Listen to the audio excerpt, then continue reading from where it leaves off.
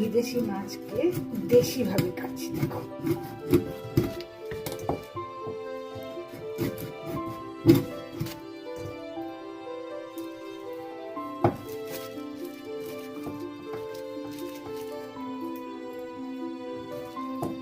কালকে মাছগুলো ছাড়িয়ে নিয়ে এসেছিলাম, এরা তো আর আমাদের মতো মাছ কাটতে পারে না, তাই জন্য আচ্ছা তাও কি আজ ভালো করে ছাড়িয়েছে, এখানে এসে ছাড়াতেই হয়েছে আমাদের। আর আমার দেশি বটি আছে, কোনো পরোয়া নেই, মাছ কাটা হচ্ছে। এইটা হচ্ছে এদের এখানে বলে ওই ডোরাডে।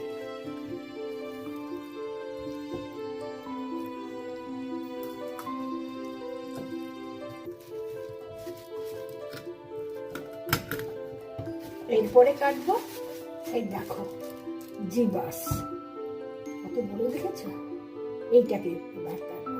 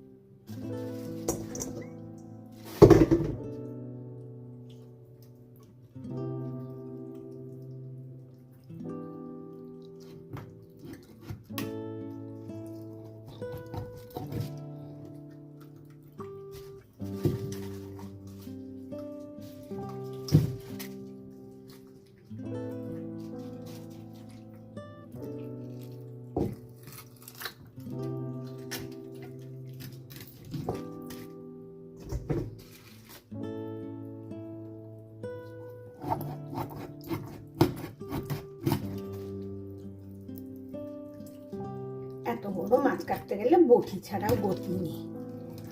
তোমাদের এখানে যেরকম বড় বড় ছুরি ঠুরি পাওয়া যায়, ওতে বাপু আমি বাগাতে পারি না, তো আমার জন্য বটিটাই সবচেয়ে বেস্ট। আর আমাদের বাঙালিদের গাদা পেটি তো আলাদা করতেই হবে, যেটা এখানে কেউ করবে না, তাই ভাই ঘরে এসে কাটাটাই বুদ্ধিমানের কাজ। যাদের সময় আছে অবশ্য, এখানে লোকেদের তো সময়টা বড়ই অভাব।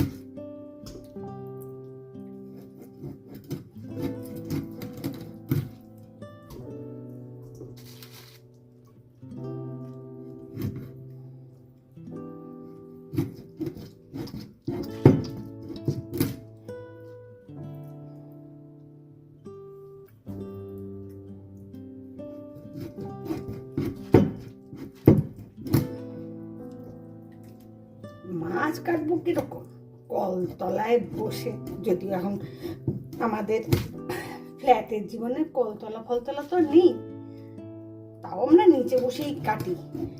কিন্তু এখানে তো নিচে বসে কাটা যাবে না, কাঠের মেঝে, জল পড়া তো চলবে না, তাই দাঁড়িয়ে দাঁড়িয়ে মাছ কাটতে হবে।